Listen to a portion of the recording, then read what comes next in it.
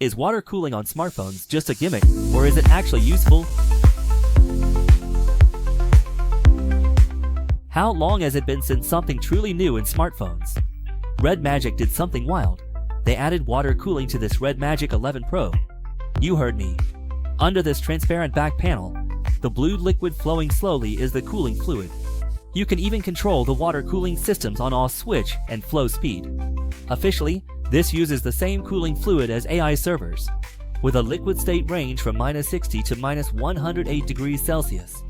So even in your freezer, it'll be fine for everyday use.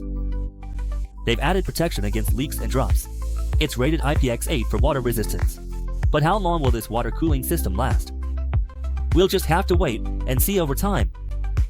We know that the previous generation used liquid metal in direct contact with the CPU for cooling, but the real game changer is the Iris 11 Pro Plus, the only device on the market that truly masters both air and water cooling.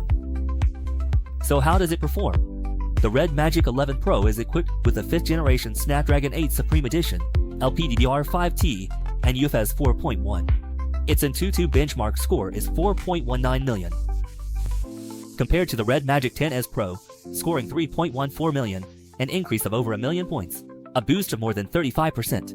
On Geekbench 6, it scores 3,519 for single-core and 11,435 for multi-core, a 15% improvement in both single and multi-core performance. In gaming scenarios, we turned on Awakening mode. Heavy-load games like Genshin Impact and Honkai Star Rail were tested.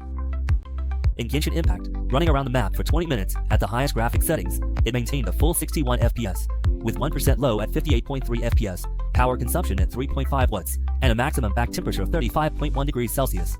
With super resolution and super frame rate enabled, after 20 minutes, it reached 120.8 FPS, 1% low at 99.8 FPS, power consumption at 4.8 watts, and temperature held at 39.6 degrees.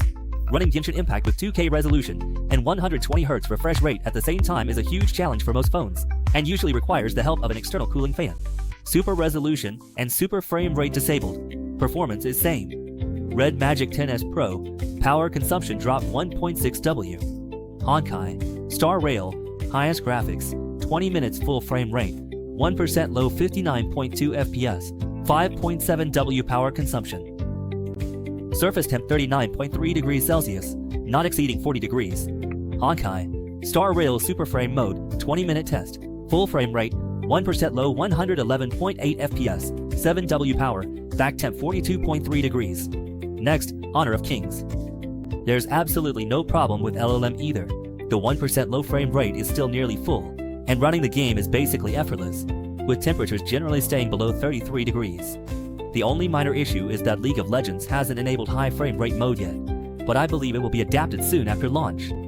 The thermal management is actually pretty impressive, and you can really feel the difference. After running heavy load games, the overall temperature drops much faster as well. RedMagic has always focused on esports, and better cooling allows this device to adapt to different scenarios. Whether you're playing on a PC emulator or in console mode, for other gaming aids, RedMagic still boasts a game library that's practically a physical cheat device, continuing thoughtful features praised in the previous generation. The 2-touch shoulder buttons at the top now have a longer touch area, making them easier to hold and use. In other aspects, there's not much difference from the previous generation. For example, core screen specs still feature the industry-exclusive under-display camera Wukong screen. The design features a full, uninterrupted display, which delivers a strong visual impact whether you're gaming or watching videos. It uses the brand new BOE X10 luminous material, and in actual tests, the manual maximum brightness reaches 671 nits, while the peak global brightness can exceed 1,600 nits. Brightness difference in 6 zones is 19 nits, good for eye protection. It uses PWM and DC dimming, at high brightness, DC dimming, and at low brightness, 2592 Hz PWM dimming. The ultrasonic fingerprint sensor is comfortable to use. Battery capacity hasn't changed. 7,500 mAh battery with 120W fast charging. Nice surprise, it now supports 80W wireless charging. In tests, wired charging power reaches 19V at 5A, 97.9 watts. This peak lasts a minute, then drops to 60 watts. In 5 minutes, it charges 18%. It takes 46 minutes from 0 to 100%, and in daily use, it consumes 38%. The camera setup hasn't changed much. a 16-megapixel under-display front camera, and on the back, a 50-megapixel main camera, a 50-megapixel ultra-wide, and a 2-megapixel macro lens. Main camera delivers clear images even under display. No telephoto lens means limited zoom.